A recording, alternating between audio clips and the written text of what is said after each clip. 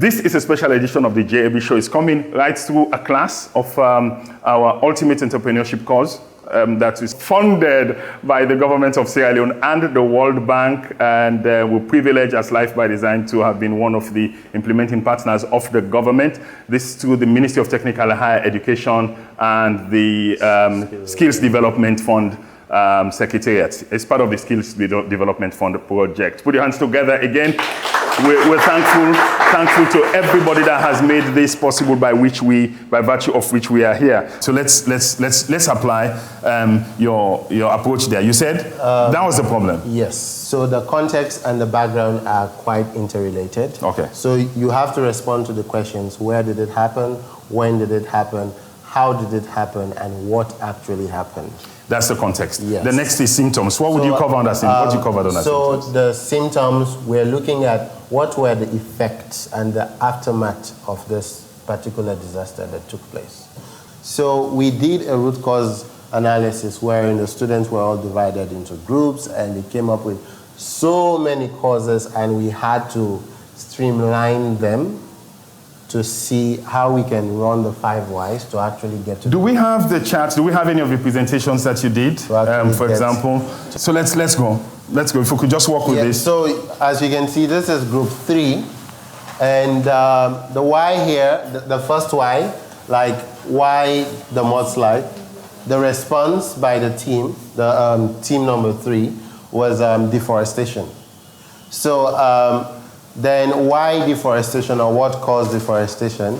They were like construction and the need for firewood purposes. And then why that?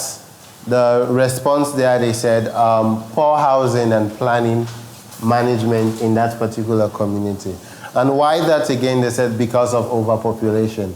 And why that? This group came out with poor topography, so like the topographical structure of that particular environment being the root cause. So this is not the final version. So when we brought all the 3 teams together, what they came out with, what caused the mudslide in that particular community on August 14, 2017, it was erosion. Because when you have a hilly place, or even if it's a flat land, as long as there are trees and there are proper drainage system, and then the soil is farmed to control whatever amount of water or whatever pressure the wind is given, you would not have erosion. But because of the state, we had erosion. And then why erosion? What led to the erosion? It was deforestation. So what led to the deforestation is migration and population density in that particular environment. So you see, in that particular environment, people were going beyond the red zone to actually construct houses. So, and you had people who were also coming there to cut down trees. So people were migrating there to come and cut down trees, to go and construct houses that are not even in that community. People were migrating there to come and stay there, so relocating there, building houses there. People were going there again to also mine coal there. So you see? So if you're looking at the root cause analysis, would you have a core root? Which one is what it says is the cause? So like what led to that migration and population density? What led to that? No proper law enforcement. You see? So we had poor policies and regulation, and then we had lack of capacity to develop policies and regulations. It's a root cause. Yes, so that was a root cause we arrived at. Because imagine from 2017 to date, we've now had good policies and regulations around environment, disaster-prone areas, because we had a problem, we felt it, we still, up till this day, the grieving process is still ongoing. So imagine if we had the capacity to actually develop strong policies, enforce these policies. When we enforce these policies, we stop people from just coming from anywhere to come and cut trees where they're not supposed to cut trees. So, you understand? yeah. Regulate the population. So we know like this particular community is getting to its limit, and then we monitor where they should cross and where they should not cross. And then when we do that, we would have little worry about deforestation. When the policies are also in place, if somebody is coming to cut down a tree in 5 years' time, before they come and cut down the tree, they should have planted 10 trees for 1 tree. So that is a policy that if you so the system proactively set up those systems. Yes, it was systemic. It was systemic. So, Yes. so a root cause analysis allowed you to move what caused it, erosion, what caused the erosion, deforestation, what caused the deforestation, unplanned migration, and down the line, unplanned policies and not enforced. You got down to the root, Yes. and then so you could now come up with a solution. And so, again, just to reflect, what we're talking about is problems create opportunity for us to explore what works, new solutions to what works, and improve the quality of life so that 1,000 people do not have to die again up there. So that was the 5 why you used. Yes. But you're saying you could also use a problem tree to analyze a problem. Yes. First of all, to see any problem. So it could be a problem with your homes. It could be a problem with your in a home between a couple. You're fighting between yourself all the time. Maybe children in the home, you're fighting. So what's the problem? It could be any problem. It could be in your office. You could use the 5 whys to roll through that, but you could also use the problem tree. Let's look at the problem tree, and then we can close with that. How can you use the problem tree to analyze any problem you have to be able to get down to the root cause? And so if you're you're not acting on the symptoms, you're acting on what actually caused it. Let's go. How would you? Okay. You could use another example if you have to explain the problem tree. Okay, so I think it would be best for us to continue with this? Yes. Good. Let's go to the problem tree. Just continue. Use the problem tree again. So when we came to the problem tree, so the 5 whys is the most basic. That's where you start. Yeah, that's where you start. So now when you come to the problem tree, you have to integrate the 5 whys into the problem tree also. So how do we do that?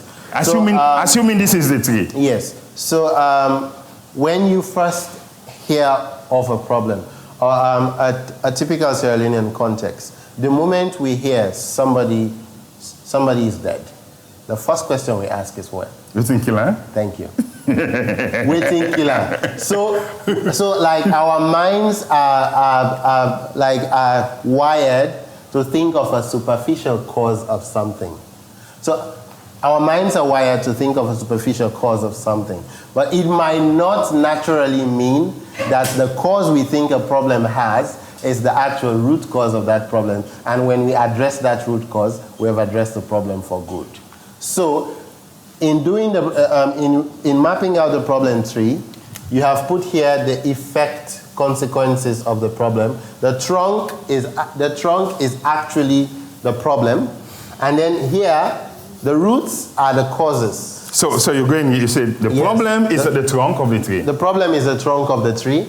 The effect and consequences the are the branches. Consequences, symptoms are on the branches, and then the roots are the causes. So now, let us say if we take this particular issue. The mod slide. Yes, we put the 4 main causes that we think are the main causes. So from the last class, what did we come up with for the problem tree? Deforestation, overpopulation, policies, topography. So the four main causes that we came up with, we said deforestation, and then we have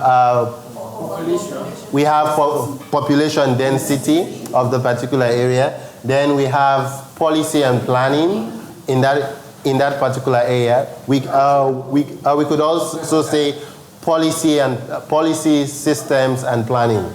And then we had topography of that particular area. And the topography in that sense also looks at both the natural and the artificial setup or structure of that particular area. So now in looking at all of these causes, you're going to ask whys 5 times for each of the causes. So we know what actually caused what actually were responsible for these superficial causes being causes to the problem. So you take each one, you own the 5 why. Yes. When you say why this happened, it was because of this. Yes. Why did that happen? Why? And you were saying if you ask 5 whys 5 times, the last why would be the real root cause. Yes, but there's a catch. Sometimes it can go even beyond 5 whys. Okay, go 6. And then 7. sometimes it is less than 5. For example of a case less than 5. Most recently, the Anti-Corruption Commission released a statement. They said they have convicted people for a corruption offense, but one of them could not appear to come and face the charges or serve the sentence because the person died. You understand? So when you ask, why could that person not appear? The person is dead. So full stop. Full stop. So even ask why did they die, you can't ask why did they die. They just died. They just died. So sometimes you don't go. Yes. But you're saying if you continue to drill Yes. until you get to the point If you where... continue to drill, that is why when you're also drilling, asking the whys, there's a very crucial purpose or trait you have to go through, which is brainstorming. Have people in their own... Yeah, so even if it is yourself, you have to think of every possible scenario, every worst case or best case scenario. That you could list down. Yes. Because, and That what we see most of the time is the problem and the effect of the problem. Yes. And so, and these are what we try to attack. Yes.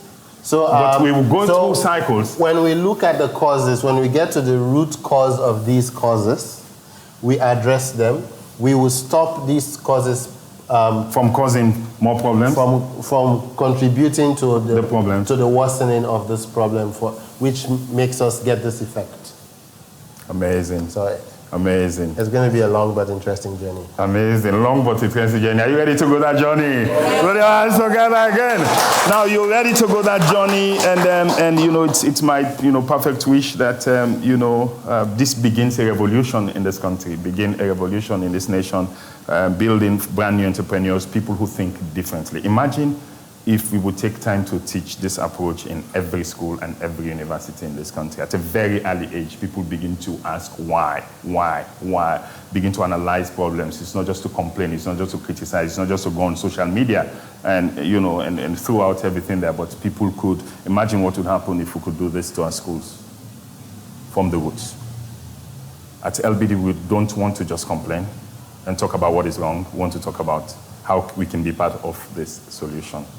And thanks to our funders, thanks to the government and the World Bank, Ministry of Technical and Higher Education, and the Skills Development Fund, that we are able to do this. Thank you. Don't go away. But put your hands together for this great man as he's driving this.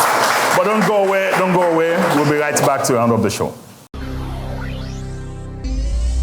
Welcome back. What a long journey we've had today. Don't forget the JB show is powered by Life by Design for your marketing and communications when results matter. All your marketing and communications when results matter. Whether your need is to design campaigns to drive social change and empower communities wherever you're working, or you're in business, you want to drive sales in the face of stiff competition, LBD are just the partners you need. And we have the results to show for the things we've been achieving. The number you could call is 0306 100 600 or email us info@lbd.sl. Now for our parting word for today. Even though most of us would hate problems, we hear the word problems and it turns us off, but we've proven that problems are unique opportunities for you to discover and display the potentials that you have in you that you never knew you had, to create the solutions that you require to announce you to your world. And so if you could just focus your attention on mastering the tools and techniques, such like we've been sharing today, that are required to solve all kinds of problems that are presently around you, you will create a gold mine for you that will keep on giving and growing your life. That's all we have for you on today's show. Join us for the next edition of the show as we continue to provide you with the relevant tools that you require to unleash your life, your career, and your business. Don't forget the conversation goes on online, and check our Facebook page, videos on YouTube, and stuff on Twitter to be able to continue this conversation. On behalf of our sponsors and partners, Life by Design, AfriCell, RC Bank, AYV Media Empire, Inky Media, And Chicken Town, Sweetie Life, Sweetie Mott, I've been your host on behalf of the class. On behalf of the class, I want to say stay blessed. God bless you.